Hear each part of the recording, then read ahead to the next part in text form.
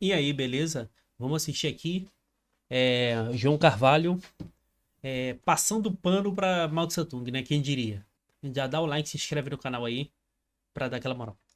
Pô, agora eu fui falando, Não, eu não tem esqueci problema. tudo que eu falei. Daqui Uma a pouco coisa- eu lembro e falo o resto. Tem Uma- mais duas. Que eu Uma coisa esqueci. muito importante que tem surgido aqui no chat, porque todo esse debate sobre maoísmo, claro, acende as coisas nas pessoas, sim. né? E aí uma coisa muito importante que eu acho que é interessante a gente discutir, não que seja interessante, mas que eu acho que é bom, A assim. Revolução de Nova Democracia direto ao comunismo foi uma das que faltou, depois eu lembro da última. Daqui a pouco algum companheiro meu vai me xingar porque eu esqueci a Não última. tem problema, não tem problema. Mas, Mao, matou melões? Cara, Matou melões, hahaha. Eu falo melões pra não falar milhões, hahaha. essa é uma coisa muito irônica e muito engraçada, porque assim, né, a gente tem de fato grandes morticínios, grandes genocídios tardo-coloniais, coloniais, que a gente passa em cima e tá pouco se fudendo.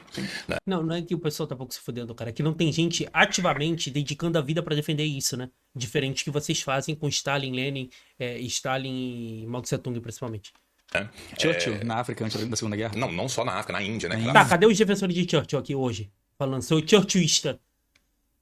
Defendo o Churchill e quero uma revolução churchista no Brasil. Fome de Bengala, cara. A fome de Bengala é uma fome, essa sim, artificial. Sim. É uma fome criada. Mas foda-se. Né? Vamos só pegar alguns dados, cara. Quando a China conclui, né, a sua primeira revolução, em 1950, a expectativa de vida do povo chinês era de 34 Fugindo do anos. assunto. É uma expectativa bíblica Sim. de vida. Tá? A China era um dos 3 países mais pobres do mundo. De acordo com qual anuário você usa nos anos 50, ela vai ser o mais pobre, o segundo mais pobre ou o terceiro mais pobre. Quando Mao sai do poder, a expectativa de vida do chinês era de 68 anos de idade. Tá? Se você for pensar, só que essa população vivia 34 anos, passou a viver... Em média, né? Em Porque, assim, média. tem uma galera Tem gente pra baixo. que morria menos e tal, tinha muita guerra também, você tem a pacificação interna, né? Porque não vai ser, inclusive que não vai ser no mesmo dia, Sim. né? Você tem uma longa luta. Diversos e o mundo todo explodiu expectativas de vida.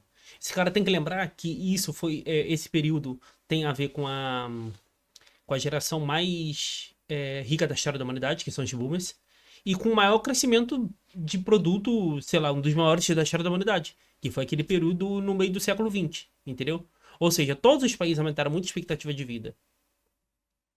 Todos os países, tá, você vai pegar algum que não aumentou tanto, mas assim, todos aumentaram bastante, e dos países relevantes, mesmo muitos pobres aumentaram muito, entendeu? A China foi mais um deles. O quanto isso foi maior do que dos outros países, não sei, entendeu? Luta interna de pacificação, mas ele entrega o país com uma expectativa de vida que é o dobro. Sim. O dobro. Né? E ele gasta 1/4 de século para dobrar a expectativa de vida dessas pessoas. A China continua a ter um vultoso crescimento vegetativo positivo durante todo esse tempo. As pessoas passaram a viver o dobro. Eu preciso de encontrar essas pessoas todas que foram mortas. Sim. Né? Meu Porque Deus. a matemática não permite, sabe? O cruzamento por fora. Ele falou, eu acho que está dentro, a física não permite, Arnaldo. É isso, a matemática não permite os números absurdos de mortes que são colocados. Ainda tiveram algumas fomes? Tiveram. Tiveram pessoas que morreram? Tiveram.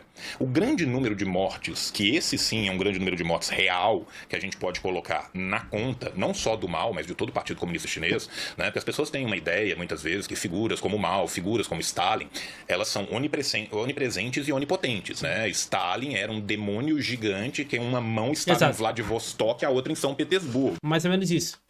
Né? Ele tudo via e tudo enxergava e tudo decidia na Rússia inteira. Estalou o dedo e matou 10 milhões. Instalou o dedo e matou 10 milhões. Estalinho o dedo. Né? Não, era o contrário. Ele mandava matar 10 milhões e os caras tinham que caçar os milhões pra matar. Era assim que funcionava. Então, assim, da mesma forma, as pessoas acham, né, que Mao acordava de manhã em Xinjiang e ia dormir em Macau, sabe? É uma coisa insana, né? Assim, ele atravessava a China inteira e sabia de tudo que estava acontecendo. O que, de fato, o Partido Comunista da China faz, né? E tem muito meme na internet com isso, né? Os proprietários, principalmente os proprietários de terra. Eles plantam né? 2 sementes por buraco. Né? Então, assim, eles tem uns memes ótimos, sabe? Assim, esse homem acabou com o problema de landlords na China, é uma foto do mal, assim, de lá. Né? De fato, a gente tem ali, entre ex-membros do Kuomintang que se recusaram a entrar... Detalhe, Todos os ex-membros do Kuomintang que ainda ficaram na China continental foram convidados a construir a revolução. Todas as pessoas em todos os locais que eles passavam, eles convidavam e falavam assim, olha, você quer se arrepender dos seus caminhos antigos e começar a trabalhar com a gente sob o nosso jeito e tal? Às vezes o cara falava sim, às vezes o cara falava não. O cara que falava não, meu irmão, só sinto muito. Sim. Né? Então a gente tem aí mais ou menos de 750 a 1.200.000 pessoas, tá? Nós estamos falando isso dentro de uma população à época de 700 e poucos milhões. Sim. Tá? Ou seja, né, não dá mais ou menos o que 0,17% dessa população total, né? Nos números menores 0,1%, nos números maiores 0,16%, 0,17% da população total. Suave, matar 0,17% da população total por puro perseguição política. Sensacional. Ignora. Próximo. Que vão ser mortos em combate ou serão mortos pelos seus crimes antirrevolucionários, principalmente no período de 50 a 55, tá? Isso aqui é uma coisa que você tem esse número. E nesse caso, por exemplo, o pessoal da Coreia do Norte foi muito mais gentil do que o pessoal da China. Na Coreia do Norte, os grandes proprietários de terra, eles primeiro tinham a opção de se inserir de volta na sua sociedade, não mais como grandes proprietários de terra, mas como proprietário de terra como todos os outros seriam, e caso eles não quisessem, eles recebiam um degredo interno. Faziam o seguinte, você quer ser proprietário de terra pequena aqui junto com todo mundo? Não, eu tô acostumado a mandar aqui, eu não quero ficar junto com todo mundo. Então você tá sendo expulso pro outro canto do país, você vai começar de novo lá, eu não quero, não, você tá sendo expulso pro outro canto do país, e você vai começar de novo lá. Começou a dar trabalho lá? Aí beleza, aí o sujeito acaba optando pela sua própria morte, a gente não tem nada que a gente pode fazer. Sua própria morte. Né? Mas você vê que tem todo um processo até chegar ali. Na China, muitas vezes... Claro, tem todo o processo pra matar, pô, não é assim também. Não, por quê? Porque os tribunais eram populares. Sim. Uma das coisas que se instaura em todas as áreas libertadas, e isso não é algo que acontece depois da Revolução, isso é algo que acontece à medida que vá se libertando, são os tribunais populares.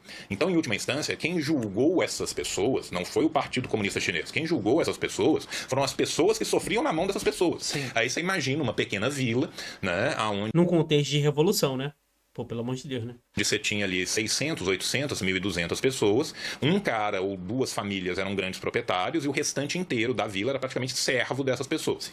As pessoas tinham acesso, eram os únicos que tinham acesso à justiça, eram os únicos que tinham acesso à comida de verdade, eram os únicos que tinham conforto, eram os únicos que podiam viajar, podiam peregrinar religiosamente. Um belo dia, depois de centenas de anos de opressão, chegam uns caras lá, libertam essa vila e falam, agora nós vamos dividir a terra entre todo mundo, vamos fazer uma reforma agrária, vamos instaurar uma escola local, todo mundo vai ser educado, todo mundo vai ter que trabalhar, mas em trabalhando tem direito à terra, tem direito à comida, tem direito à casa, tem direito a acesso à higiene, e nós vamos julgar os criminosos locais. Quem são os criminosos locais? 1.200 pessoas sendo oprimidas por duas famílias há 700 anos. Sim. Eu não acho que a gente precisa de explicar muito aqui como que funciona. Né? Imagine você... É muito legal essa justificativa, né? Mao Tse Tung, nas estimativas conservadoras, sei lá, mandou pra vala 10, 20 milhões de pessoas. E o cara tá se focando nos, sei lá, 1 milhão que eram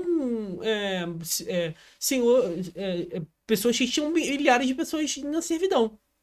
Entendeu? Aí é muito fácil, né? Entendeu? Se eu tacar uma bomba em qualquer lugar, vai ter meia dúzia de filho da puta lá, entendeu? Qualquer cidade do agreste mineiro ou nordestino em 1940, onde depois de sofrer na mão do senhorzinho fulano ou do inhô fulano durante 3 séculos, fosse dada a possibilidade da cidade julgá-lo. Né? Muito poucos saíram sem condenação disso aí. Você tem esse primeiro número de pessoas e aí você tem algumas fomes que acontecem. Né? E essas fomes que acontecem são as últimas fomes que acontecem. E isso é uma coisa que todo mundo esquece, porque esses eram locais de fome endêmica. Né? As fomes aconteciam naturalmente de tempos em tempos. Só que aí, depois que se instaura o comunismo, depois que vem a revolução, depois que começa a transição para o socialismo, essas fomes param de ocorrer depois de um tempo. É aquilo, né? O lugar não está com fome porque é comunista, ele é comunista porque as pessoas estão com fome. Né? E o, sei lá, o que fizeram lá com o Pardal lá, isso aí é porque, né, acabando com fome. Tem exemplos históricos de Mao Tse Tung mandando ordens para as plantações de todo o país que despencaram a produtividade do campo e matou milhões de pessoas. E demorou anos para ele consertar aquilo. É amplamente documentado isso. Então, assim, no frigir dos ovos, a gente vai ter mais gente que morreu ao longo desse período. E aí vem um pequeno detalhe que ninguém se lembra. Os Estados Unidos fez plano atrás de plano para matar a China de fome. Você tem vasta documentação do Departamento de Estado, da CIA, falando: a gente não pode deixar esses caras comprarem comida fora. A gente tem que fazer um cordão de isolamento para que não chegue comida até eles. O nome disso é cerco. E é isso que acontece quando um país... É uma tática de guerra que um país usa com outro. Entendeu? Inclusive, por exemplo, países comunistas fizeram em guerra com países capitalistas a tática do cerco. Isso aí dentro do contexto de guerra é normal. Porque se eles estiverem morrendo de fome, eles vão se revoltar e nós vamos ganhar a China de volta. Basicamente o que se faz até hoje, no caso. Basicamente o que se faz até hoje. Só que essas mortes nunca são colocadas, Sim. por exemplo, nas costas dos planejadores políticos públicos estadunidenses do Ocidente, Sim. que estão planejando matar uma galera de fome por uma questão política. Sim. Né? Mas são colocadas. Lembrando que nós estamos falando aqui de um dos países mais pobres do mundo, uma das menores expectativas de vida, que passou por uma guerra prolongada de 30 anos interna, que no meio dessa guerra, não satisfeito só com essa guerra, ele ainda passou pela invasão japonesa, né? Que os japoneses, que o fascismo japonês fez na Ásia, faz alemão e italiano corar, Sim. né? Por falar em filme aqui, Império do Sol, Sim. né? Quem quiser conhecer o que foi a Unidade 731, veja Império do Sol, né? Que vocês vão perceber muito bem o que era a esfera de coprosperidade japonesa. Sim. Dica, não era uma esfera, Dica não tinha coprosperidade, né? E passando por tudo isso, essas pessoas reconstroem esse país e dentro de 70 anos se tornam a segunda economia do mundo nominalmente, porque na prática... Não, calma. Isso aí foi muito depois de Mao Tse-tung. O crescimento do produto chinês e o desenvolvimento chinês relevante mesmo foi depois do Zedong, né?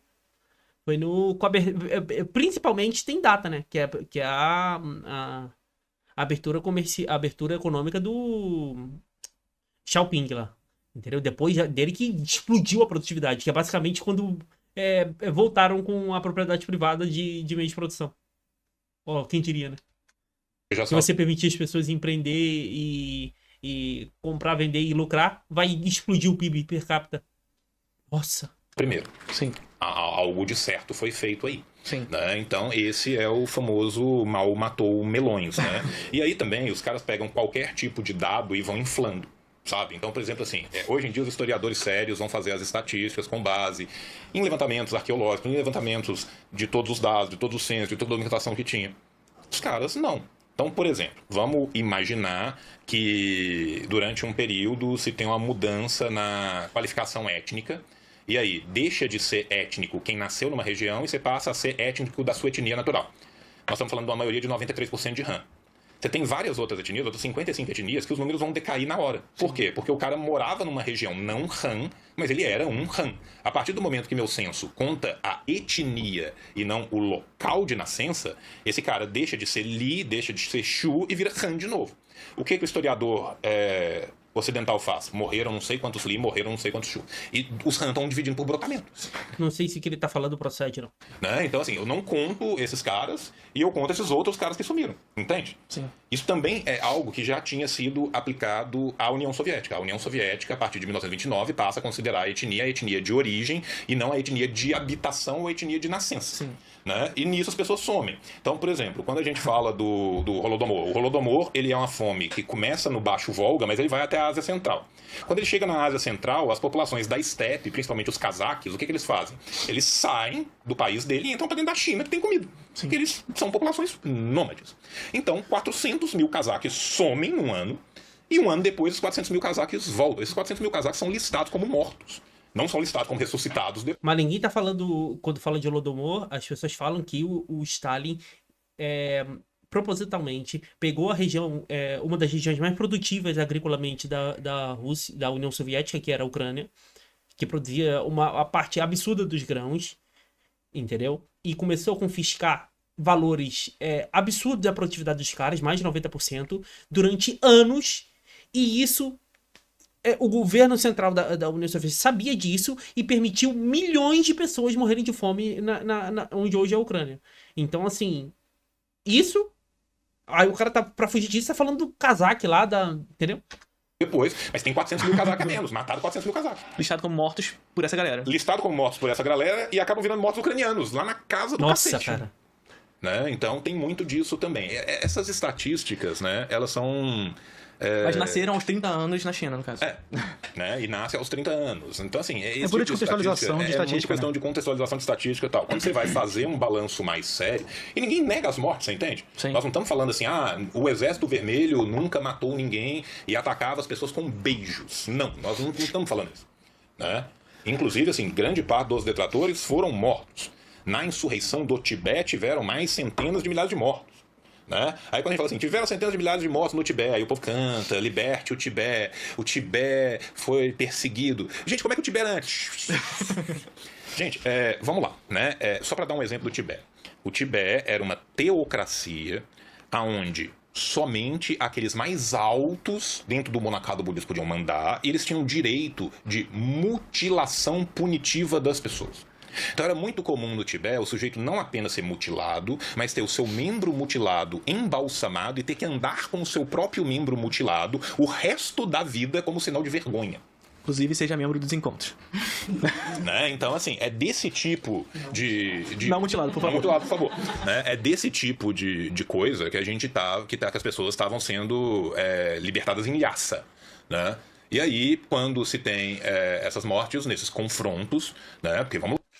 Isso não significa que as pessoas têm que aceitar o comunismo hoje, né? O comunismo chinês. Eu posso falar liberte o Tibete do comunismo chinês hoje. Que no passado, na visão dele, foi liberto dessa opressão do Tibete aí, entendeu? Uma coisa não impede a outra. Vamos lembrar que quem tá no status quo, gente, ninguém que tá no poder, né, vai ver uma revolução chegando, vai olhar pro relógio e falar, porra, quarta-feira, né, chegou o dia, o melhor banheiro é o terceiro da esquerda, tá aqui a chave, pode entrar. A pessoa vai lutar até o fim para se manter no poder. Que foi o que aconteceu. A gente tem que lembrar também que o Formosa, Taipei, que foi a ilha para onde o Kuomintang vai, ele se torna uma ponta de lança constante contra a China também. Você vai ser as intentonas lá dentro. Então, essa parte o pessoal simplesmente ignora, infla os números de todas as formas possíveis para tentar criar uma farsa. E a verdade é que nós estamos falando do cara que libertou o povo dele desse século da vergonha e entregou pro povo dele uma expectativa de vida que era o dobro do que ele tinha antes. Curtiu esse... Tá, mas diversos países capitalistas fizeram isso. Mas é isso, tamo junto. Dê o like, se inscreve no canal aí pra dar uma moral. Valeu.